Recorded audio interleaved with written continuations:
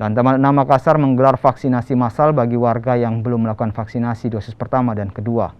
Sekitar 1.000 dosis disiapkan untuk warga peserta vaksin mulai dari pelajar hingga manula. Kegiatan vaksinasi ini digelar di sejumlah perkampungan warga pesisir di wilayah Kota Makassar seperti di wilayah Badoka, Kampung Untia, Lantebung, Barukang, dan Tamalaba.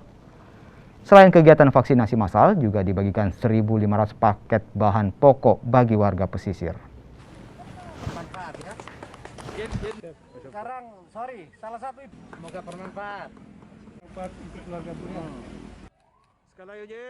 Kita 4 angkatan secara serentak seluruh Indonesia melaksanakan bakti sosial.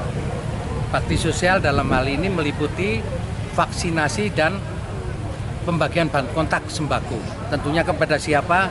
Kepada mereka-mereka yang belum tersentuh vaksinasi dan kepada mereka-mereka yang terdampak karena pandemi, khususnya masalah ekonomi, sehingga kita bagikan bahan kontak sembako.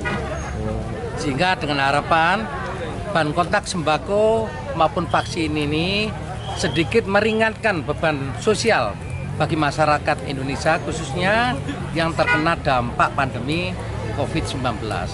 Dengan harapan pemerintah juga akan memberikan suatu perhatian khusus nantinya kepada mereka-mereka ini.